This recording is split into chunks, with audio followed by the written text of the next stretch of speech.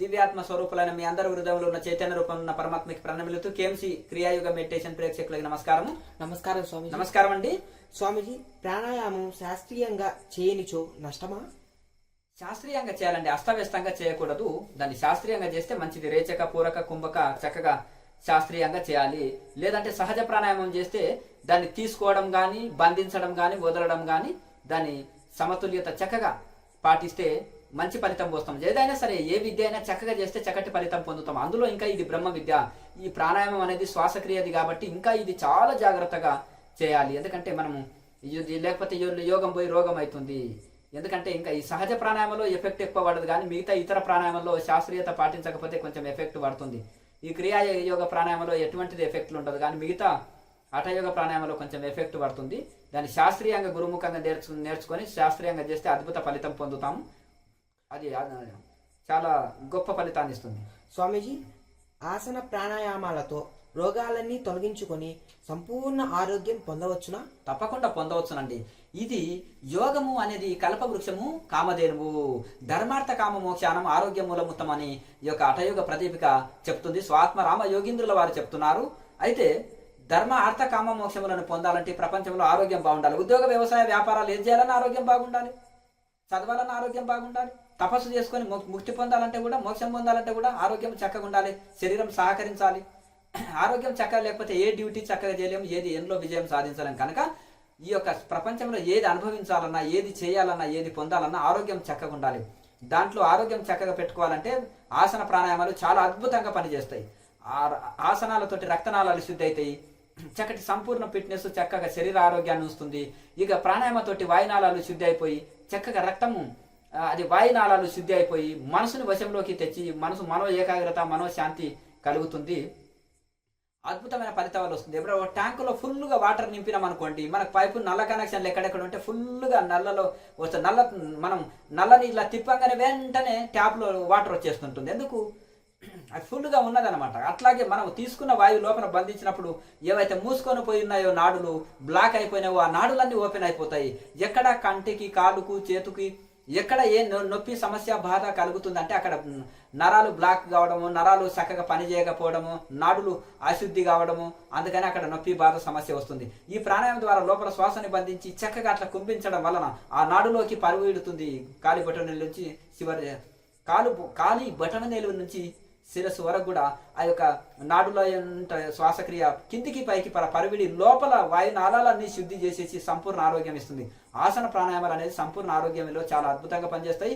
ఇక ఈ యొక్క ప్రాణాయామాలో ఇంకా గొప్ప విశేషం ఏంటంటే మనసుని అంతర్ముఖం చేసి మనోశాంతిని కలిగిస్తుంది. శ్వాసని లయం చేసి నిర్వికల్ప సమాధిని కూడా కలిగిస్తుంది. కానీ ఒకరోజు చేసి వదిలిపెట్టకూడదు. ఏదో మనకు ఆరోగ్యం చక్కగా ఉండుట కోసమో చేసి వదిలిపెట్టకూడదు. మనకి ఏదైనా సమస్య వచ్చినప్పుడు చేసి మళ్ళీ తర్వాత వదిలిపెట్టకూడదు. నిరంతరం ఆసనాలు కొత్తలో ఎక్కువ వేసినా మెల్లగా ఆసనాలను తగ్గిస్తూ ప్రాణాయామం ఎక్కువ చేసి మళ్ళీ దానికంటే ఇంకా ధ్యానం ఎక్కువ చేస్తూ పోతుండాలి. ఇలా పెంచుకుంటూ పోయి చివరికి మనకు నిర్వికల్ప సమాధి అందుకొని సమాధి స్థితి అందుకోవడమే ఈ యొక్క యోగం యొక్క లక్ష్యం. స్వామీజీ, షట్ క్రియలు అనగానేమి? వీటితో లాభమేమి? సెట్ క్రియలు అంటే సెట్ అంటే 6 అంటే అందులోనే ఉన్నాయి. సెట్ అంటే దౌతి, వస్తి, నేతి, నౌలిని, అలాగే త్రాటకము, ఇవన్నిటినీ కూడా మనము ఏమంటే షట్ క్రియలు అంటారు. ఎందుకంటే ఇవి దౌతి క్రియల్లో 2-3 రకాలు ఉన్నాయి. జల దౌతి, అలాగే పవన దౌతి, అలాగే ఇవన్నీ ఉంటాయి.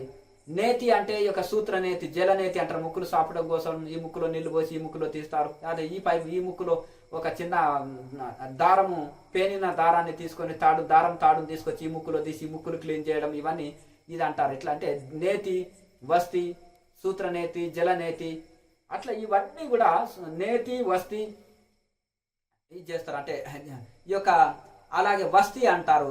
ఎట్లా అంటే దాని వాసన ఇప్పుడు మలద్వారం నుంచి ఈ యొక్క వాయు అదే నీటిని ఒక నీళ్ళలో సగం వరకు కూర్చొని మలద్వారం నుంచి నీళ్ళని లాగి మళ్ళీ మలద్వారాన్ని క్లీన్ చేసి వదులుతారు. దాన్ని ఒక ఒక ఒక రకమైన ఒక చిన్న పైపుని దానికి ఏర్పాటు చేసుకొని ఆ పైపు ద్వారా గుంజడం. అప్పుడు అది ఒక వాళ్ళకి నవలిని క్రియ వచ్చిన వాళ్ళకి ఇది సాధ్యమవుతుంది. నవలిని లేకుండా ఇది అసాధ్యము, వస్తిక్రియ రాదు. నవలిని క్రియ వచ్చిన వాళ్ళకు వస్తిక్రియ సుగమం అవుతుంది. కనుక నవలిని అంటే పొట్టని మనము అది అందులో కూడా వామ నవలి, దక్షిణ నవలి అంటే కుడివైపు తిప్పడము, ఎడమ వైపు తిప్పడము, తర్వాత అగ్నిసార రెండు మొత్తం ఇట్లా కిందికి పైకి తిప్పడం, దాన్ని అగ్నిసార క్రియ అంటారు. అలాగే ఈ యొక్క నవలిని అట్లాగే దాన్ని మన ఊడియానము అట్లా ఇవన్నీ నవలిని క్రియ ద్వారా పొట్టని గ్రైండర్ తిప్పినట్టు తిప్పడం వలన ఈ యొక్క లోపల ఉండే జీర్ణాశయము చక్కగా పనిచేస్తుంది, జఠరాగ్ని రగులుతుంది, కుండలిని శక్తి యాక్టివేట్ అవుతుంది, 360 రోగాలు కొట్టివేస్తాయి. పొట్ట సాపు ఉంటే అన్ని సాపు ఉంటాయి ఈ ప్రపంచంలో. పొట్ట సాపు లేకనే అన్ని రోగాలు వస్తుంటాయి. ఆ పొట్ట సాపుగా క్లీన్గా ఉంచుతుంది.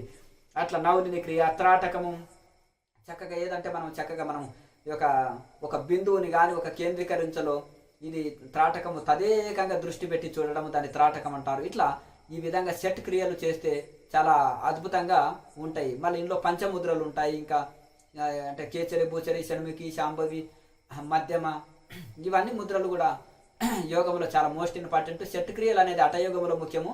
ఈ యొక్క పంచముద్రలు అనేది ఈ ధ్యాన యోగంలో అద్భుతంగా పనిచేస్తాయి. స్వామీజీ, హఠయోగం గురుముఖంగానే నేర్చుకోవాలా?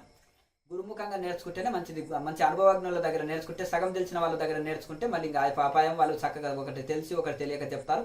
మంచి అనుభవజ్ఞుల గురువుల దగ్గర నేర్చుకొని దాన్ని చక్కగా మనం అభ్యాసం చేస్తేనే చక్కగా చేస్తే చక్కటి ఫలితం వస్తాము. లేకపోతే కరెంటు తీగ తెలియక ముట్టుకున్నా కానీ అది మనకు షాక్ కొట్టక మానదు, పాముని తెలియక ముట్టుకున్నా అది కుట్టక మానదు. కనుకనే ఆ విధంగా మనం జాగ్రత్తగా దీన్ని కరెంటుని ఇంట్లో ఎంత జాగ్రత్తగా వాడుకుంటున్నామో మనం ఈ యొక్క హఠయోగాన్ని కూడా అంత చక్కగా వాడుకోవాలి.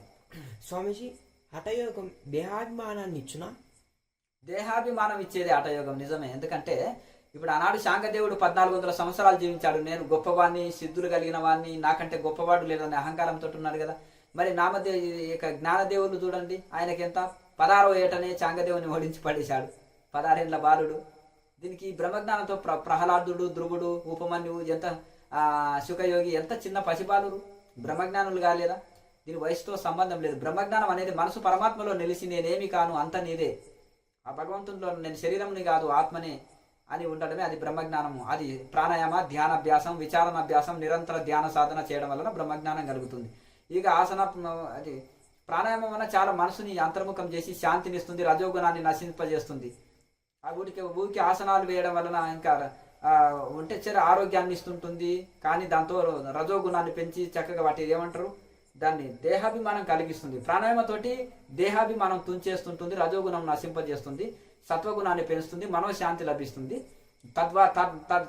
తర్వాత మళ్ళీ నిరంతర ధ్యానయోగం చేయాలి. నేను శరీరం కాదు, ఇంద్రియాలు కాదు, పంచభూతాలు కాదు, ఇవన్నీ ఇదేది కాదు నేను అట్లా. అందుకనే సత్తు చిత్త ఆనంద స్వరూపాన్ని నేను అంటే విచారణ సహిత ధ్యానాన్ని మళ్ళీ నిరంతరం చేయాలి ప్రాణాయామ తర్వాత.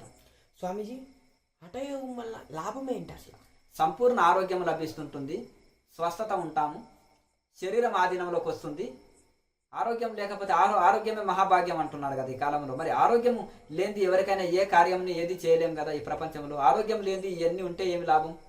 ఆరోగ్యం అనేది చాలా ముఖ్యం. హెల్త్ ఈజ్ వెల్త్ కనుక ఆరోగ్యమే మహాభాగ్యం. కనుక ఆరోగ్యం వలన సంపూర్ణ ఆరోగ్యం ఉంటుంది, శరీరం తేలిక ఉంటుంది, శరీరంలో చక్కగా జఠరాగ్ని తగులుతుంది, చక్కగా శరీరం ఆధీనంలో ఉంటుంది, శరీరం తేలిక ఉంటుంది, చక్కగా సంపూర్ణ ఆరోగ్యం ఉంటుంది, శరీరానికి చక్కటి ఫిట్నెస్ లభిస్తుంది, చాలా బెనిఫిట్స్ ఉంటాయి. కానీ అక్కడే ఆగకుండా దాంతో పాటు ఇంత ప్రాణాయామం చేయాలి, హఠయోగంతో పాటు ఆసనాలతో పాటు కొంత ప్రాణాయామం చేయాలి, తర్వాత ఎక్కువ ధ్యానం చేయాలి బ్రహ్మజ్ఞానం కలగాలంటే, మనోశాంతి కలగాలంటే. స్వామీజీ, హఠయోగం తర్వాత ఏం చేయాలి? హఠయోగం తర్వాత ప్రాణాయామ ఆచరించాలి, తర్వాత ధ్యానయోగం చేస్తే బ్రహ్మజ్ఞానం కలుగుతుంది. స్వామీజీ, హఠయోగానికి ఏ వాతావరణం కావాలి?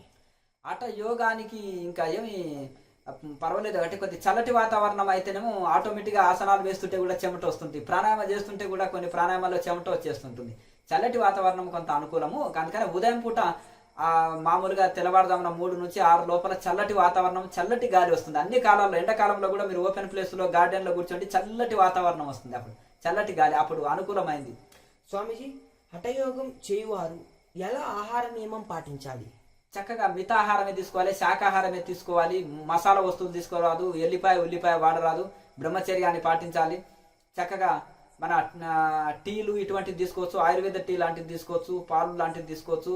ఇట్లా పాలు, పళ్ళు, కూరగాయలు, మొలక ధాన్యాలు, జ్యూసులు, జావా ఇటువంటివి తీసుకొనవచ్చు. తేలిక ఆహారం, పొట్టని సగభాగమే ఆహారం చేత నింపాలి, సగభాగం ఆహారం చేత నింపాలి, సగభాగం ఖాళీ ఉంచాలి. పావు భాగం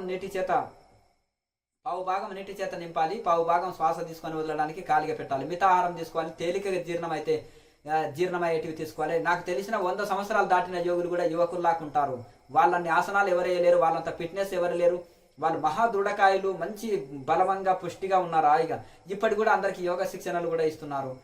ఒక ఆయన యోగానంద గారు అని ఉంటారు, 120 సంవత్సరాలు. ఇప్పుడు ఋషికేశ్లో ఇప్పటి కూడా యోగ శిక్షణలు ఇస్తుంటాడు. ఫారినర్స్కు, విదేశీయులకి, మన వాళ్ళకి, ఇండియన్స్కి అందరికి ఇస్తుంటారు. మరి ఎట్లా చూడండి, ఆ ఆకలి దప్పి శరీరం అన్ని తట్టుకోనగలుగుతారు, చక్కటి ఫిట్నెస్ ఉంటారు. ఇంకా జనసామాన్యంలో ఉన్నవాళ్ళు, ఇంకా జనసామాన్యంలో లేకుండా జనాలకు పరిచయం లేని వాళ్ళు ఇంకా ఎందరో ఉన్నారు. వాళ్ళ పేర్లు ఎవరు తెలుసుకోలేరు కనుక. ఎందుకంటే జనసామాన్యంలో ఉన్న వాళ్ళ గురించి చెప్తున్నారు, ఎందుకంటే అందరికీ అర్థమవుతుంది అది.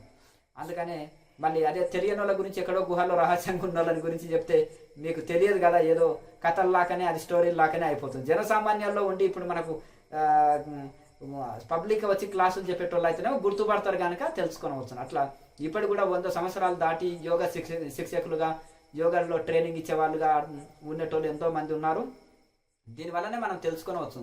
ఇప్పుడు 60 ఏళ్ళు దాటితే 4 సేవకులు కావాలి. చూడండి, ఆయన 100 మంది సేవకి వాళ్ళే సేవ చేస్తున్నారు, 1000 మందికి, లక్షల మందికి వాళ్ళే సేవ చేస్తున్నారు. అంటే దీన్ని బట్టి మన శరీరము, మనసు అన్ని ఆధీనంలో ఉంటాయి. ఆకలి దప్పి అలసట అన్ని ఆధీనంలోకి వస్తాయి.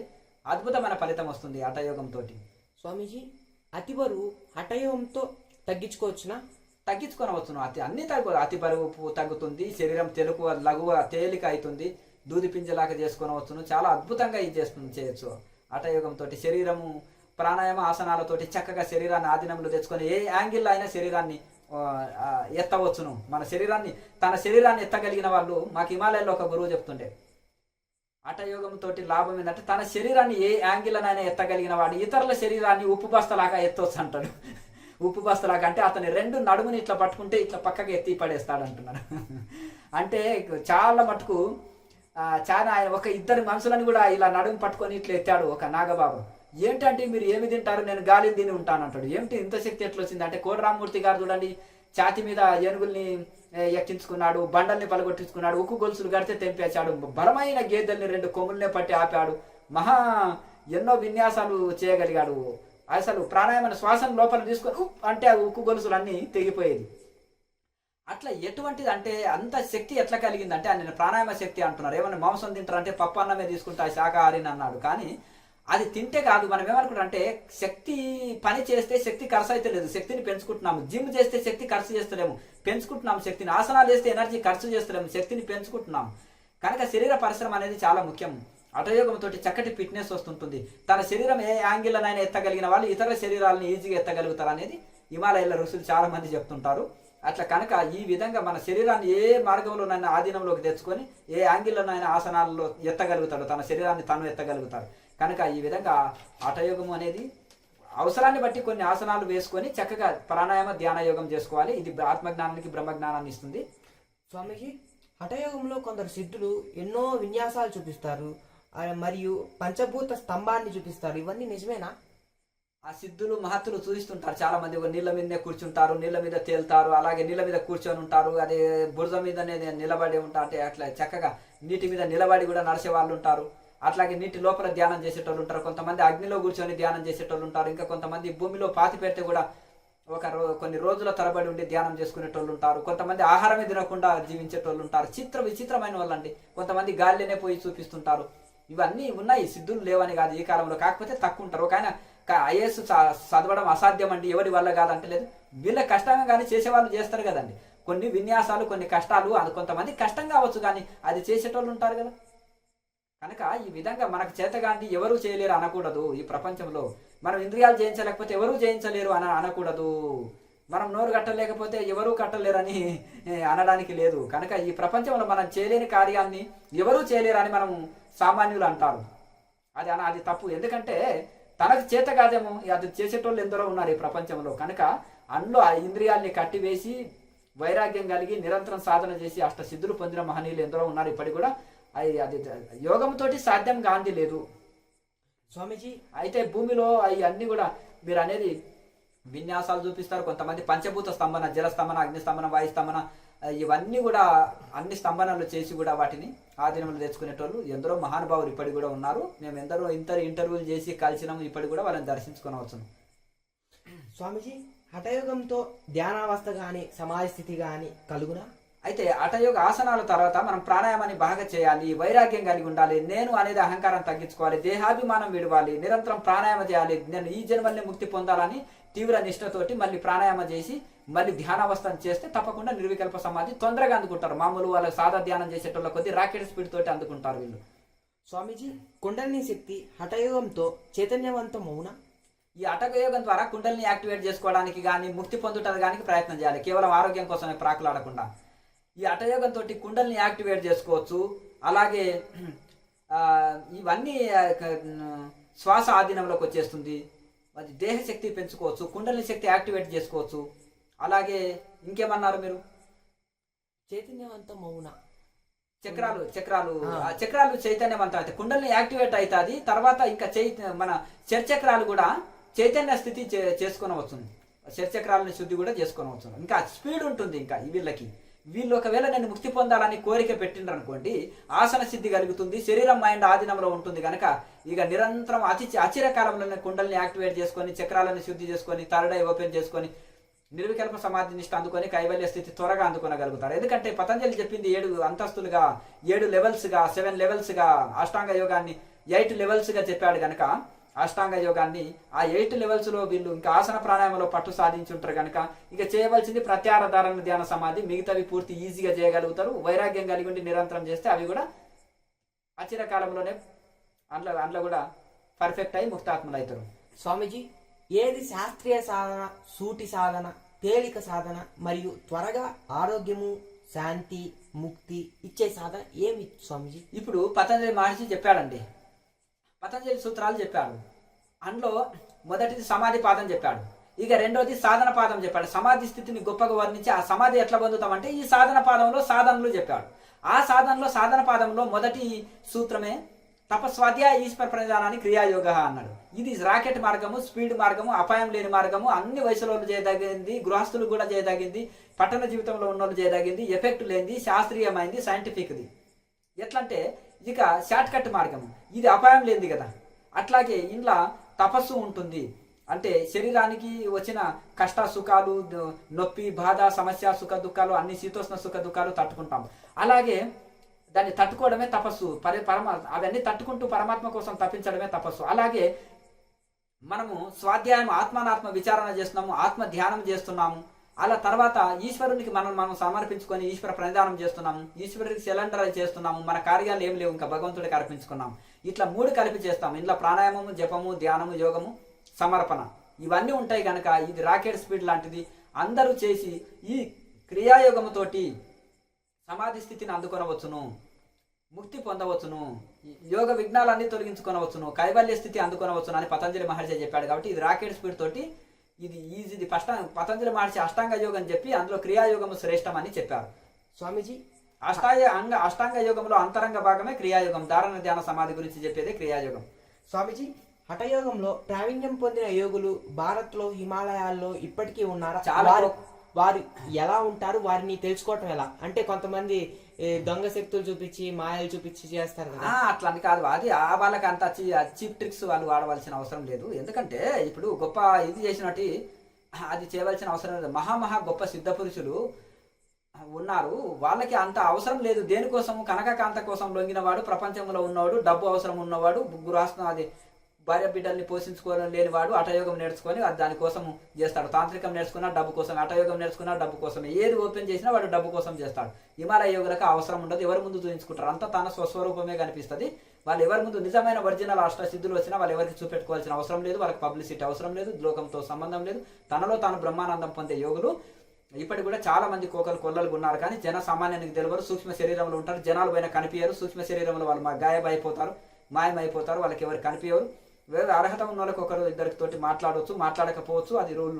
మాట్లాడాలని రూల్ లేదు, వాళ్ళలో వాళ్ళు ఉంటారు. వాళ్ళు దేశంలో కర్మల్ని నెత్తినేసుకోవడం, దేశంలో సమస్యల్ని నెత్తినేసుకోవడం ఎందుకు? ఎవరి కర్మ వాడే, ఎవరు తొమ్ముకున్న గుంతలో వాడు పడతాడు, ఎవరి కష్టాల్లో వాడు వెళ్ళిపోతుంటారు. బ్రహ్మానందంలో ఓలలాడే ఋషులు వాళ్ళు ఎవరి కర్మ కోసం శుద్ధ కర్మలు చేయాలి. శాస్త్రాలు చెప్తున్నాయి, గురువులు చెప్తున్నారు, మారుతున్నారా? ఎంతోమంది గురువులు యోగ శిక్షణలు, ధ్యాన శిక్షణలు ఇస్తున్నారు, అందరూ మారుతున్నారా? మరి హిమాలయాల యోగులతోటి లాభం ఏంటి అంటే వాళ్ళ తపోశక్తిని వినియోగించవలసిన అవసరం వీళ్ళకేమొచ్చేసింది? కోటీశ్వరుడు ఉన్నాడు, 1,00,000 కోట్లు ఉన్నాయి, 1 కోటి నాకు అంటే ఇస్తాడా? కష్టపడి సంపాదించుకో పోపోవాయ బాబు అంటాడు. అందుకనే మరి వాళ్ళు ఎందుకు వేస్ట్ చేసుకుంటారు? ఇంకోటి భగవంతుడు సృష్టి చక్రం ఒకటి ఏర్పాటు చేశాడు. ఆ సృష్టి చక్రానికి అడ్డుపోతే పాపం కదా. రాజ్యాంగానికి ఎవరైనా అడ్డుపోతారా? అడడానికి దైవ శాసనం ఉంది, ఎవడి కర్మని వాడిని అనుభవించనివ్వు అని ఉంది కనుక వాడి కర్మ వాడు అనుభవిస్తాడు. కర్మ దిగినప్పుడు గురువులను వెళ్ళి మోక్ష సాధనకి ప్రయత్నం చేస్తాడు. ఋషులు అందరూ ఉన్నారు, అష్టసిద్ధులు కలిగిన వాళ్ళు ఉన్నారు, ఇప్పుడు కూడా రహస్యంగా గోప్యంగా ఉన్నారు. స్వామీజీ, హఠయోగం గురించి ఉపనిషత్తుల్లో ఉందా? పూర్వం అందరూ యోగులు ఆచరించారా? ఉపనిషత్తులో చాలా గొప్పగా వర్ణించబడింది హఠయోగం గురించి. అలాగే దాన్ని చేస్తే లాభాలు ఉంది. హఠయోగ ప్రదీపికాన్ని కూడా స్వాత్మరామ యోగీంద్రులు ఉపనిషత్తు సారాన్ని తీసి రాశారు. అలాగే నవనాథులు కూడా గోరక్ష సంహిత అటువంటిది గోరక్షనాథుడు రాశాడు. ఇంకా కొంతమంది కూడా చేశాడు. శివుడు పార్వతికి కూడా శివసూత్రాలు అని, శివసూత్రము అని ఒకటి పతంజలి సూత్రాల లాగానే రాశారు. ఇవన్నీ కూడా అష్టాంగ యోగం, హఠయోగం అనేది ప్రారంభంలో చేస్తాడు. దాని తర్వాత ధారణ ధ్యాన సమాధులు ఆచరించాలన్నమాట. ఈ అష్టాంగ యోగంలో బిగినింగ్ స్టేజ్ హఠయోగం అనేది పిల్లర్స్ లాంటివి. అందులో పర్ఫెక్ట్ అయిన వాళ్ళు అన్ని యోగాల్లో పర్ఫెక్ట్ అవుతారు. ధారణ ధ్యాన సమాధి గురించి ఫైనల్ స్టేజ్ గురించి చెప్పేది క్రియాయోగం అనమాట. ఇంకా అందులో ఒక భాగమే అనమాట అష్టాంగ యోగంలో.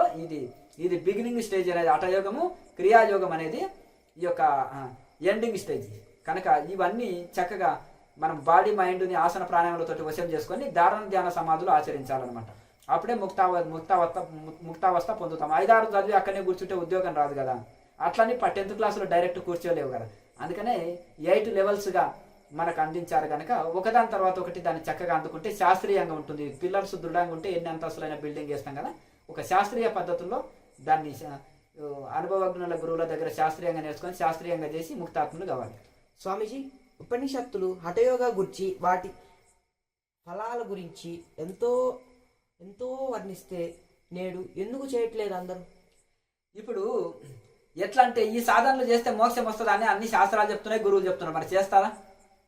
ఎవరు బలవంతంగా పాపం అంటే తెలుసు కానీ బలవంతంగా పాపమే చేస్తున్నారు. పుణ్యం అంటే తెలుసు కానీ ఆ పని చేస్తే నిన్ను కొడతాం చూడు, నిన్ను చంపేస్తాం చూడు అని బేపెట్టించినట్టు అది చేయకుండా ఉంటున్నాం. పుణ్యం అంటే తెలుసు కానీ చేస్తలేము, పాపం అంటే తెలుసు కానీ విడుస్తలేము. అంటే అది బలవంతమైన ఆ పాప రాశి, ఆ కర్మ రాశి అట్లా నియోగిస్తుంది అని గీతలో కృష్ణ పరమాత్మ చెప్తారు. అందుకంటే అందరు పుణ్యఫలం కోరుతాం, పుణ్యాలు చేయరు. అందరు పాపఫలం వద్దంటారు కానీ పాపాలు విడవరు. కనుక ఇవన్నీ ఉంటుంది. వాళ్ళ కర్మానుసారంగా వాళ్ళకి ఇది ఉంటుంది. ఇవన్నీ మోక్ష సాధనలు ఇవన్నీ ఉన్నప్పటికీ కూడా ఏ ఋషి వచ్చినా, కృష్ణుడు వచ్చి చెప్తే అందరు విన్నారా? రాముడు వచ్చి చెప్తే అందరు విన్నారా? అవతార పురుషులు ఎన్నో వచ్చారు పోయారు, ఎంతో ఋషులు వచ్చారు పోయారు. వాడి కర్మ దిగినప్పుడే ఆ మార్గంలోకి వెళ్తారు, వస్తారు పోతారు. ఇదంతా నడుస్తుందండి. ఆ యొక్క సుకృత జీవులే వస్తారు. అనేక జన్మ సంసిద్ధం అంటే ఎన్నో జన్మల పుణ్యం చేతనే ఈ మార్గం, యోగ మార్గం, ధ్యాన మార్గంలోకి, ముక్తి మార్గంలోకి ప్రయత్నం చేస్తారు. స్వామీజీ, శరీర రోగాలకు అవసరమయ్యే వ్యాయామాల ఆసనాలు సూచించండి స్వామీజీ. ఇప్పుడు చక్కగా సింపుల్గా మనం సూర్య నమస్కారాలు చేసుకోండి. సర్వంగాసనము, శీర్షాసనము, మయూరాసనము ఇటువంటివి వేసుకోండి. ఇవి వేయలేని వాళ్ళు సూర్య నమస్కారాలు రోజు ఒక 10-12 సెట్లు వేయండి. చక్కగా కొన్ని చిన్న చిన్న సూక్ష్మ వ్యాయామం చేసుకోండి. ఇంకా కొన్ని సింపుల్గా ఇవి చేసుకోవచ్చు. ఈ ఆసనాలు వేసుకొని చక్కగా ధ్యానం చేసుకుంటే ప్రతి ఒక్కరు కూడా ఇది చేస్తారు. ఆసనాలతో తృప్తి పడకుండా ప్రాణాయామం చేయాలి. ధారణ ధ్యాన సమాధులు ఆచరిస్తేనే వాళ్ళు ప్రతి ఒక్కరు కూడా తరిస్తారు. ధన్యవాదములు స్వామీజీ. ఇట్లాంటి ఎన్నో మాకు తెలియని విషయాలు మాకు వివరించినందుకు సంతోషం స్వామీజీ. మంచిదండి, ధన్యవాదము. లోకా సమస్త సుఖినో భవంతు. ఓం